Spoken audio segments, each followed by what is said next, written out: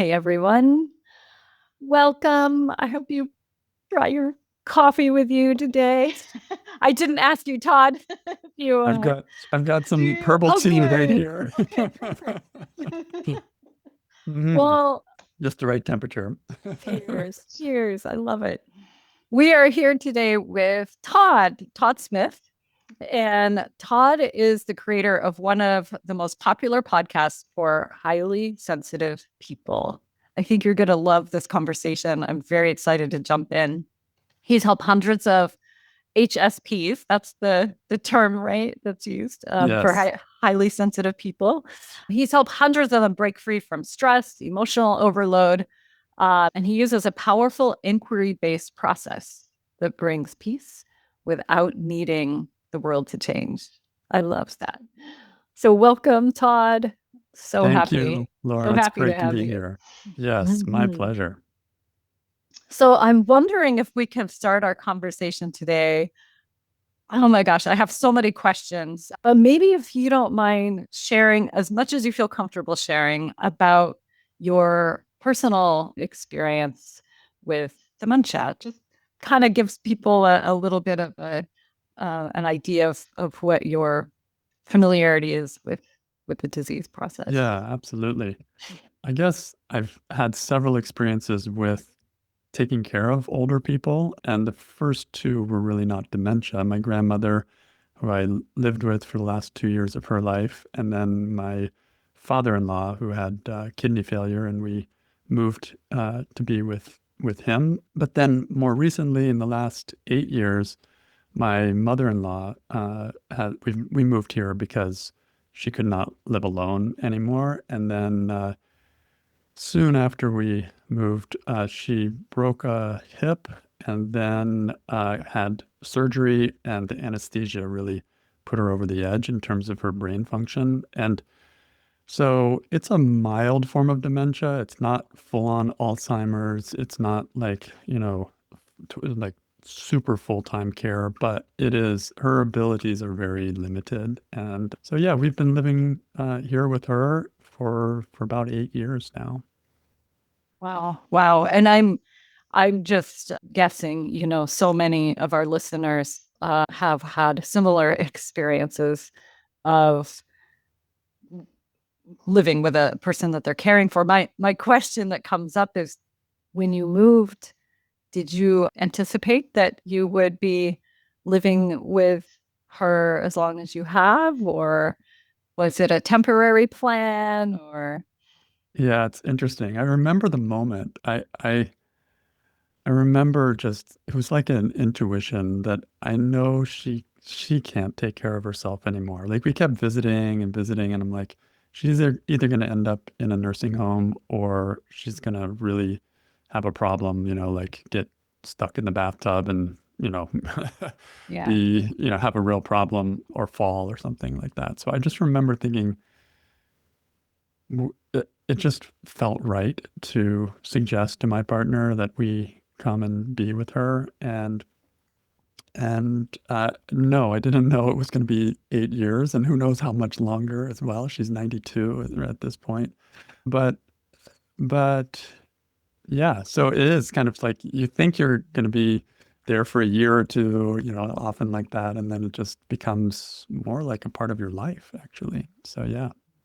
Yeah. I've had conversations with people that we've talked about the dynamic between partners in a relationship and how that impacts their relationship. And it's just one of those things, right? That you don't necessarily plan. I mean, you don't know how long it's going to be. We don't know what the trajectory of the progression of the disease might look like, or how long somebody will live, or there's so many unknowns at play there. So, Yeah, yeah. there really are. Yeah. You, I guess what still makes it feel right to me is it's just this, it's a feeling, like this is how I would want to do it, right? It feels right. It was the same with my grandmother. She got taken in by a scam, and so she needed support from that level. But it's just like, that, and I don't have children too, so it sort of feels like this is paying back a little bit in a way. And I don't think of it like a calculator or something. I'm not keeping tabs, but it just feels right. Like there's some desire to give and to make it as comfortable as possible for someone. Yeah. I love that. And on that note of how that feels for you, I'm curious about, can you give us a little overview of, I don't know, some of our listeners may be familiar with highly sensitive people, HSPs. Some, probably many, I would guess, would fall into that category on the scale of HSPs, maybe without even realizing it, because so many people are finding themselves in a caregiver position and are feeling that that is what needs to happen, or they're the ones that have stepped up. Or can you kind of talk a little bit about what an HSP is and how a person may or may not know if they have some of those traits? Absolutely. Yeah. Basically, 15 to 20% of the population, of the world's population, is highly sensitive. It's a trait, and it's an evolutionary trait. You'll see it they've studied over 100 different species of different animals. It always is about 15 to 20% Wow. of those species exhibit this trait. And what it is they pause before they act. They think ahead. They look and process their information as well as just, instead of just going in and directly hit or miss. So they're more thoughtful, more cautious in a way, and they're more sensitive. They pick up to more clues or cues in the environment. So in the social world, they're aware of what different people around them are feeling or what they may be going through. They're more, it's not that they're more necessarily compassionate, but they lean in that direction. It's easy. Empathy is it's one of the traits of being a highly sensitive person. There's a nice little mnemonic that kind of gives the overview of the traits. It's called DOES, DOES. And this was originally came up with by the pioneering researcher Elaine Aron, who did a lot of research on HSPs. So the first one, D, is for depth of processing. And so HSPs process things deeply. For that reason, they're a little slower. Sometimes you think, like, I always thought I'm a little slow, but I'm not dumb. And I'm like, what's going on? My grandmother used to say, you're a methodical thinker, and she was kind of the same way as was my dad. So it's this depth of processing, willing to sit with it for a while and sort of see the nuances that come up when you make connections. And so that leads to the next one, which is the O in DOES, which is overwhelm. HSPs tend to reach overwhelm quicker than other people because the same amount of information coming in gets processed much more thoroughly, and all those connections are made inside. And so it can be like overwhelming if too much is coming in too quickly. We don't do great with multitasking, and we are sensitive to external stimuli as well. So a lot of noise or strong, even smells or flashing lights or bright lights, like that can start to overwhelm an HSP quicker than other people. So then the next one is the E in DOES, which is emotion or empathy. And that is a very core part of being a highly sensitive person. Having this trait is just a natural tendency to feel things deeply as well. And again, the compassion comes in there, the empathy comes in there, but we take things in and we experience things on an emotional level, and we feel emotions quite strongly compared to other people. And so sometimes we can be judged for that because looks like, oh my gosh, you're so emotional. This is, you're taking this so they're making a big deal out of this. But part of that is our nature. And we can talk about stress, which is another overlay on top of the nature, which can make it even more exaggerated. But part of understanding what it means to be an HSP is knowing that we have to actually buffer ourselves a little bit. We have to actually protect ourselves because we reach that state of overwhelm so quickly. So those are the first three. The fourth in the DOES little mnemonic is that it's just sensitivity itself. So S stands for sensitivity, and that means the ability to notice things, the subtle things. I always say, like, the average person knows, like, if you say the numbers between 1 and 10, it's like 1, 2, 3, 4, 5, 6, 7, 8, 9, 10. But a highly sensitive person is like 1.1, 1.2, 1.3, 1.4. It's a whole. There's a lot more going on there. And so we pick up I like on that.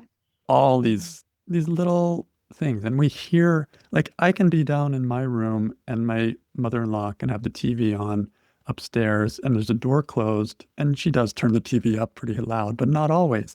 And my mind will be hearing that conversation on the TV and following it while I'm trying to work, So I have little earplugs that I can put in from time to time just to help myself out that way. So that's an overview of the trait. It's the way some of us are wired. And it fits in with caregiving a little bit because a lot of HSPs are naturally good caregivers. We listen well. We are there for people. We care. We do things very well. We're conscientious as one of the descriptors, and so it fits very well with caregiving. And I think we're just naturally drawn to do that. Yeah. Wow. Thank you for this. I'm learning a lot. I've heard the term, and I think I've just made my own, ideas about what traits an HSP might have. And as you were talking, I'm actually thinking of someone in my life who is very clearly an HSP person, and I'm not sure she even realizes it. And I'm thinking about almost what a relief or a validation in a way to learn about this. If you have lived your life or experiencing your life as a highly sensitive person, to the example that you used of thinking, oh, I might be slow, or oh, I might be sensitive to something, not. Yes. And not only for the person that is experiencing it, but I'm also thinking about the people in your life to be able to understand.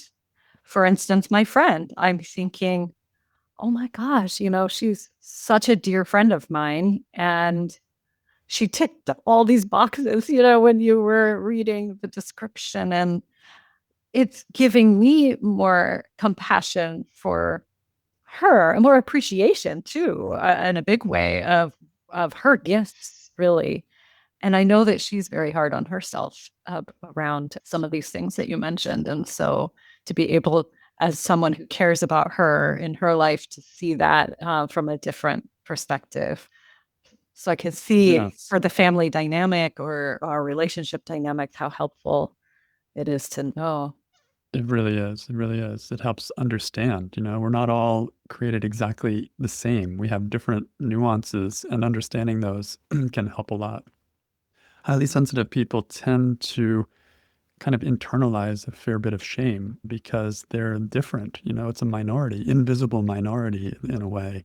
And so there's something wrong with me. That's the thought that often comes. And why is it bothering me so much? Why do I get overwhelmed so quickly? There's something wrong with me. And then you can end up trying to fix yourself instead of trying to just accepting that there's some limitations that come with the gifts that I have.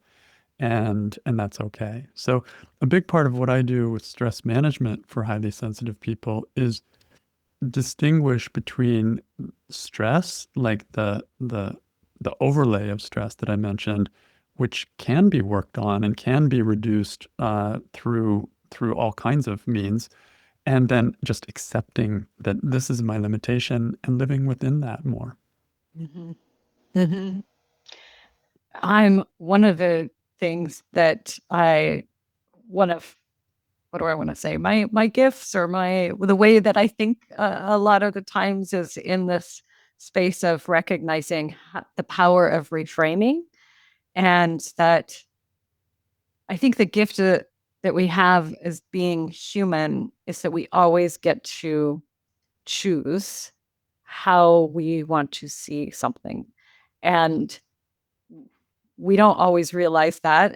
But the power of our thoughts, the power in the moment of how we're deciding to think about a certain situation is it changes everything. And so, yeah, this is such an opportunity for folks, whether you experience these traits or you know somebody who does, to pause and consciously choose, am I seeing this as a curse or a gift? Am I Yes. seeing this as an opportunity or a challenge?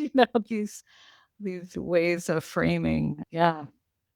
Yeah, exactly. It's like that's seeing my my own situation, is it a curse or a gift? And then seeing situations with other people, for example, with someone I'm caring for, is it a curse or a gift? And like there's that element of choice in there. And when you really look at it, it can be so freeing to find the gift in even a challenging situation. It really does turn it around. And that's what I love to do. I love to work with the mind and to explore different ways of seeing something beside just, oh my gosh, the victim mentality, like poor me, and this is terrible. So, yeah. Mm-hmm.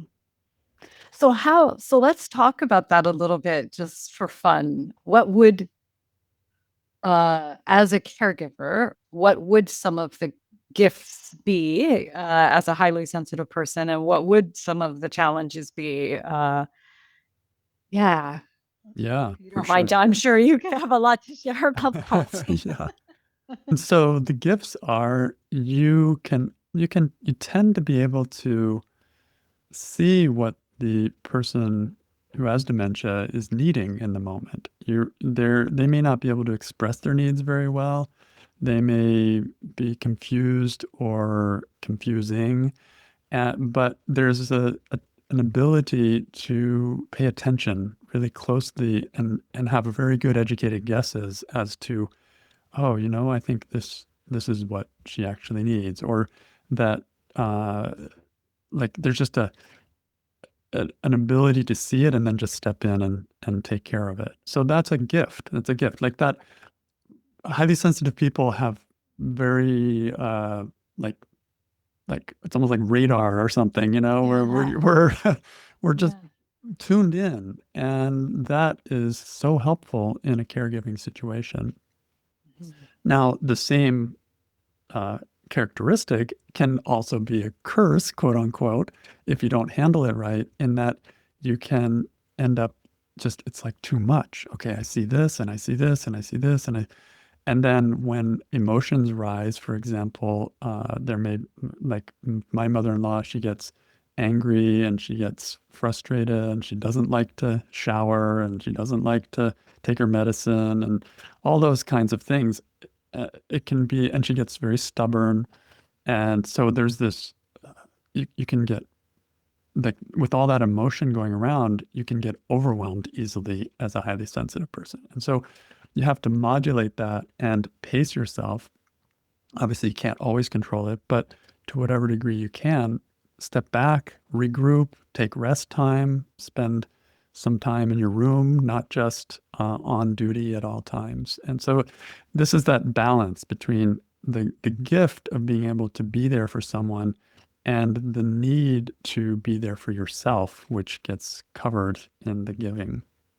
Oh, wow. You beautifully said. And I mean, that brings up so many things for me because when you were talking, I was imagining how confusing that can be for people to not know what's theirs and what's someone else's. And especially when you're so tuned into a family member, a loved one, a person that you're caring for, naturally, you're just naturally tuned in to, yeah, to know, to be able to separate what's yours and what isn't. That's huge. And I love that you brought that up, that knowing the difference between what's theirs and what's mine, that is the difference between sanity and insanity, really. And especially it shows up in caregiving because the focus is on the other person. They're in need. And so naturally we give to that need. But there, even with a person with dementia, there are places where this is their burden to carry, and this is where mine ends, and this is where they have to do what they do. And so there's a healthy kind of separation that can start to happen between we call my business and your business. Yes. And Yes. so my business is to do what feels right to me, to listen to my intuition, to give within what feels like a balanced way. And their business is whether they're upset or not, or their business is whether they're. So if I take it personally when they get upset, then I'm drawn into their world and I completely lose myself. So this separation thing is at the heart of staying balanced, not only as a highly sensitive person, but as anyone, especially in the caregiving role. Absolutely. And it gets so that those now I don't like the word boundaries really, but that line is so blurred when Yes. you're caring for somebody that doesn't have capacity or ability to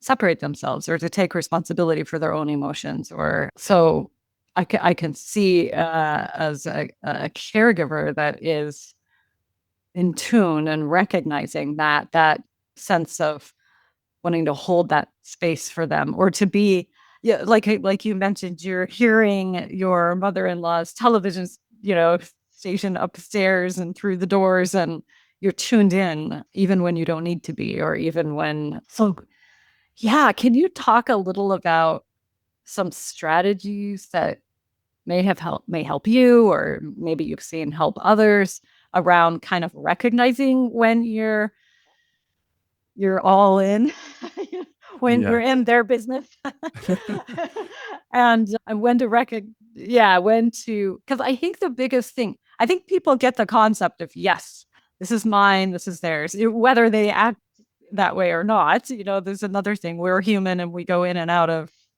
realizing where we're at. But it's so different when you're caring for someone that you feel responsible for. And I think that I've certainly heard people talk a lot about the guilt of that. People carry a lot of guilt around not being a good enough caregiver, not being present enough, not giving more, not doing more, not.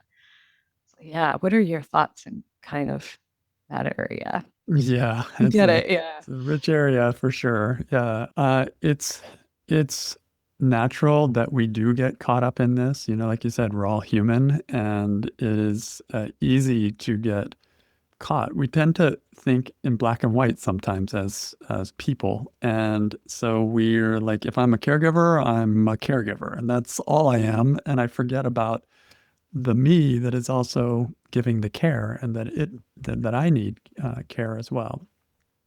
So guilt is like, I should be caring for, and I should be giving my all. I should be doing more. All of those kinds of should thoughts are the kinds of things that can make you feel guilty, or feeling like you're not doing enough, and that kind of thing. So what I like to do, my background is in the work of Byron Katie. I'm a facilitator of the work of Byron Katie, and I love it because it starts with stress. And so if you notice that you're getting stressed in the interaction with the person you're caring for, that's like the little alarm clock saying, hold on, what's going on? There's something here that is triggering you, something here that is out of balance.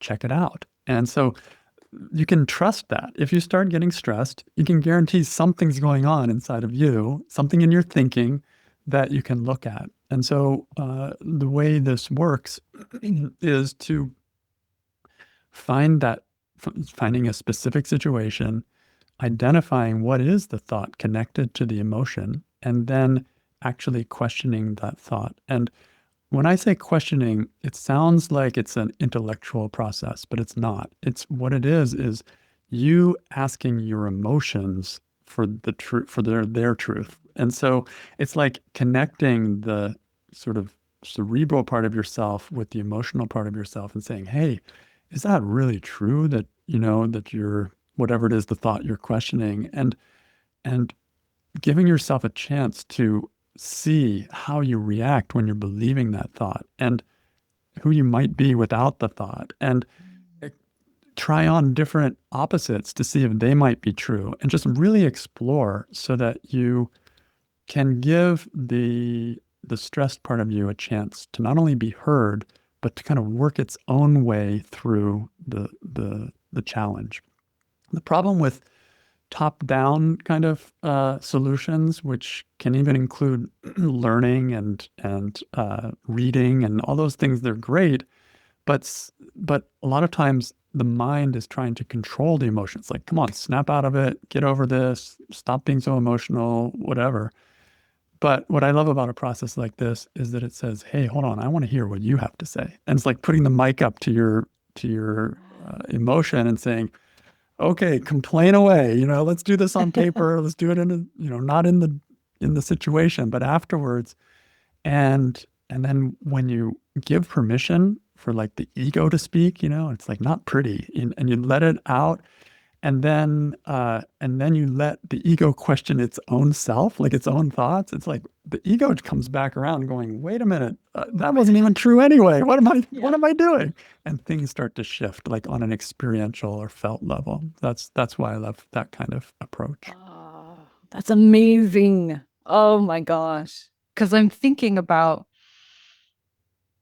how whether you're a highly sensitive person or not. I mean, I think our culture and society has really valued cerebral thought, logic. And we all know, we know this. We can tell ourselves till we're blue in the face that, this is how it's supposed to be. And this is how, this is where I want to be at, or I'm a good caregiver. I'm a good caregiver. And if you're not feeling it, it's not real. You're the language of the body, or the felt sense and the feelings and the emotions. And so I love that idea of, because what is that common saying? What you resist persists, right? Yes. And so let's give the mic to, let's stop trying to shut the door and padlock it and not listen. And what I hear you saying, I was going to say those stuck parts, they have wisdom too, right? They're providing a missing piece that we're not even paying attention to because we're overriding it with what we think should be happening. And so giving a little chance for that to be heard, and then not only be heard, but then even challenge itself. It's like it opens up possibilities where you can have alignment with your heart and your mind. Oh my God. I was just envisioning that. Oh, I've been doing a lot of work with Joe Dispenza's work, and a lot of that work is about heart brain coherence. And this is like a different angle at looking at heart brain coherence is lining up, yes, the thoughts with the emotions, the feeling with and how, I mean, there are studies after study after study that show that when you can tap into the heart brain coherence, then everything gets better. Your physiology, your health conditions, your sense of well-being, and many, many more. But I like what you're saying, in that a tool to do that is to just honor those emotions and feelings. They're clues. Your body is speaking to you. That's the language of the body, is feelings and emotions, right? Yes, that's right. Yeah. Yeah, because it's like we try to be almost like ahead of ourselves, like, oh, I don't really have this problem, or this isn't really bothering me, or that kind of thing. But if you slow down and really listen, this is bothering you. The way like I can think of my mother-in-law, like the way she resists getting a bath, and I don't actually bathe her, but my partner's sisters come in and bathe her, and I can hear her in the tub just like, really like mean, like, Yeah. and I'm like, that bothers me. And so on an intellectual level, I know it's just dementia. This is the disease talking. This is not her. It's okay. Intellectually, I get that. But there's a part in me that is getting activated by that happening with listening to her. And so there's a part of me that needs attention. So that's where I'll go and I'll write a worksheet on her, like, and let it fly. Like, I'm not telling Yeah. her, but I'm just getting it out. Like, oh, she is, mean, da da da da da. And like, I really let my ego have it, let it out. And then I slow down and go back and question those thoughts and give myself a chance to see if there's a broader perspective, but still on a feeling level. And so that's when it starts to really heal parts of myself that I didn't even know were there. These triggers shine a light on something that kind of activate something that was probably already always there. And so it's part of my own healing process as well. Oh, what a gift. This is the reframe that This is the we reframe. This is it. This is Yeah. it. And Yes. I love this so much. What an invitation. So I just want to highlight that for anybody who's listening, that because I think what I've experienced for myself personally and with others too is you're so afraid to crack that door open, because there's a monster that's going to come out. Yes. I'm going to say or feel things that, quote, is not right, or bad, or, we've labeled. And I so agree with you, Todd, that when you can, I always feel like it's helpful to recognize that we are not our emotions. I know I say that a lot on the show too. We are above that. We identify so much with our feelings. We think that's who we are. And we forget that those feelings come and go and they change. And when you allow the expression in a safe way, like on Yes. paper, like you said, but when you give it the space, when you allow the light to, shine on that space, then it always changes. It always morphs and moves into a deeper area of understanding through that opportunity to express itself and for you to just witness it. Yeah. Yeah. It's interesting. It's just that way with people too, right? How Yeah. many times have we felt like, we just need to let it out and complain, and just to have someone there witnessing without judgment. Oh, by the time Yeah. you're done, you may be exhausted, but you're so grateful, and suddenly the whole world looks different. Yes. But what a Mhm. friend! What a friend that is to do that, and we can be that friend for ourselves. That's right. That's right. And I mean, it's sort of like journaling. There have been so many studies done on the therapeutic benefit of journaling, just getting it out. And we could say the same thing about talking to a friend, just venting. That alone it's like the first step of saying, not denying that emotion anymore, but just saying, this is where I'm at. It may be not where I want to stay. It may not be pretty, but I have to be honest with myself. This is bothering me, or this is triggering me, or this is an issue for me. And so just letting it be heard is really the first step. And then uh, the beauty of again, for me, I love the work of Byron Katie, but the way of going beyond even just venting, which is good, but then it can come back, right? Or it's sort of like, yeah, I vented it, or maybe I start getting more entrenched in my story. I can end up doing that. So this way of challenging what I'm actually believing in a gentle way is like somehow that together just does it for me. And what I've noticed is things that I've been doing this probably for 18 years, and more or less daily. So I use little situations that come up in my life, and I just use them as a starting point for doing my inner work. And what I've noticed is that the same situations don't get me anymore. It's like, oh my gosh, Wow. that one, like, oh, I know that. I know you, right? It's like just Yeah. it's not triggering because something has actually been like taken care of. Something is healed on the inside. Can you give a little bit of an example of what that process looks like as far Uh, as yeah. yeah, you mean like what? Yeah, for example, it can be small things. Doesn't have to be really big because the whole is contained in every part of life. And so, you know, just the most recent example on Monday, my partner uh, and I we soak almonds before in the night, and then we have blanched almonds in the morning, and it's kind of like a tradition. We always do it, and we alternate cooking. So one day it's my turn, next time it's his turn, and I kept forgetting or to do it, forgetting to soak them, and he's like, why do you always forget it? This is some Freudian thing going on. And it's like he's half joking, and it's like a level 1 or 2 stress level for me. But something's like, what do you mean? Don't make it Yeah. personal here. Just remind me to soak the darn almonds.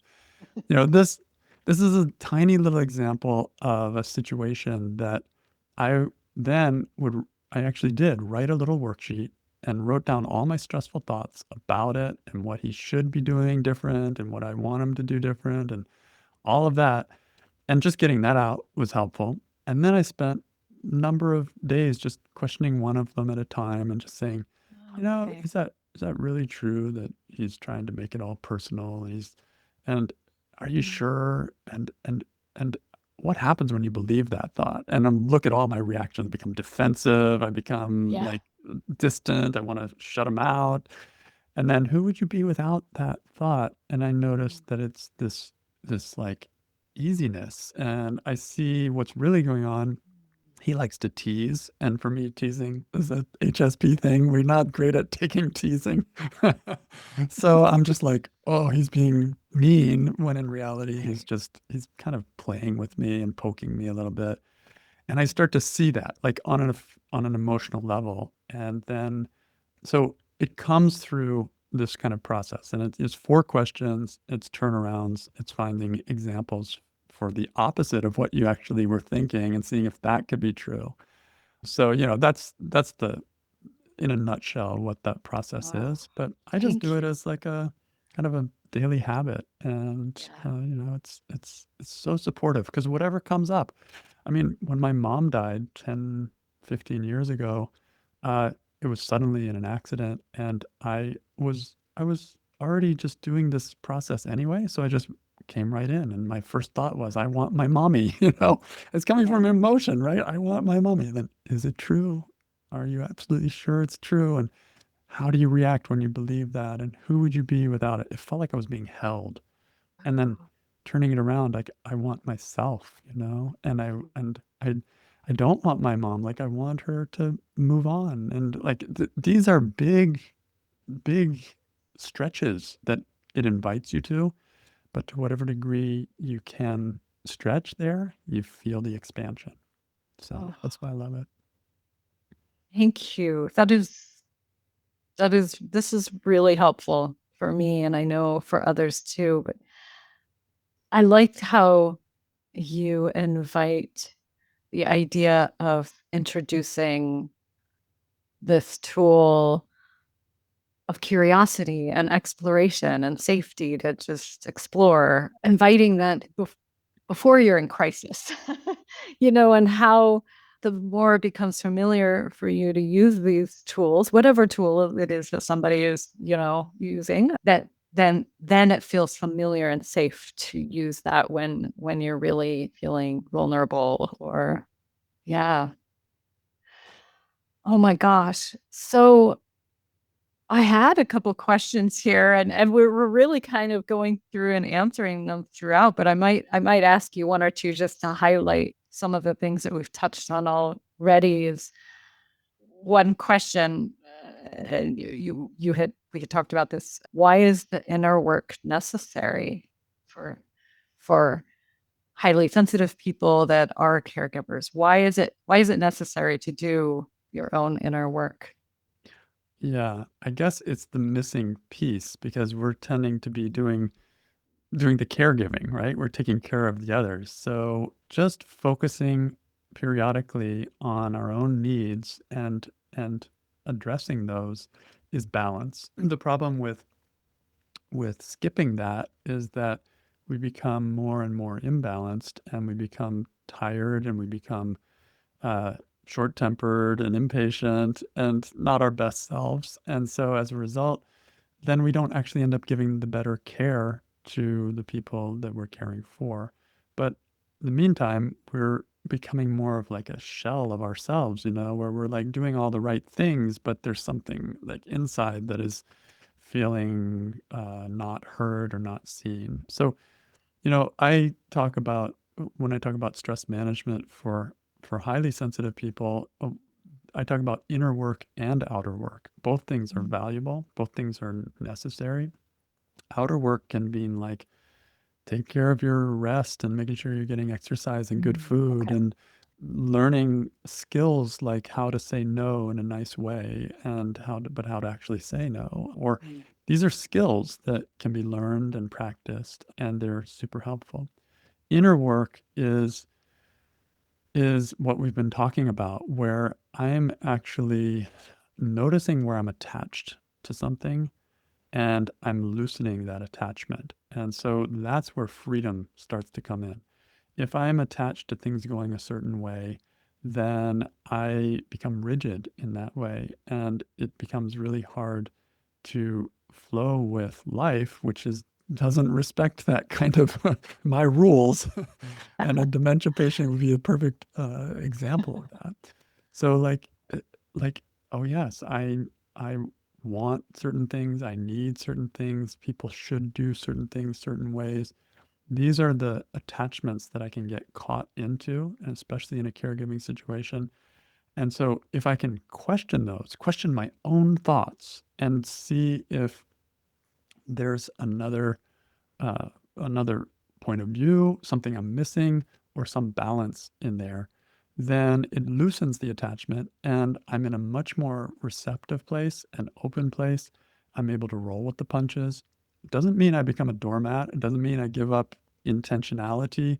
It just means that I am flexible. I'm strong and flexible. So that's the value of inner work. It's about detaching ourselves in a gentle way from the things that bind us. And those are usually our thoughts.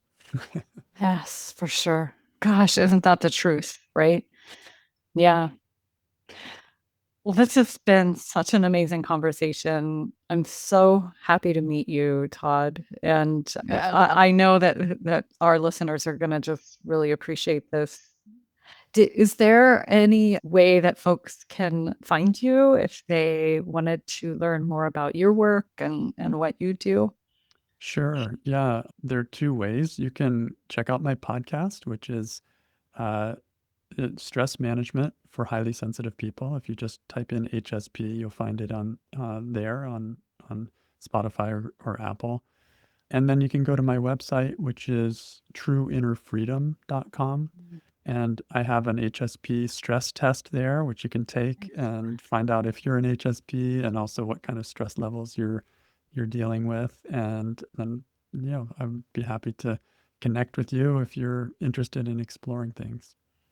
Fantastic. And I will link your information in the show notes too. But oh, Todd, thank you so much. This has been a great conversation. You're welcome. Yeah, it's been a real pleasure. And it just feels like I said at the beginning, kind of a perfect combination. Like I feel like I'm at home right now because I'm talking about dementia, but I'm also talking about what I do. It's kind of a neat little combination. So thank you for having me.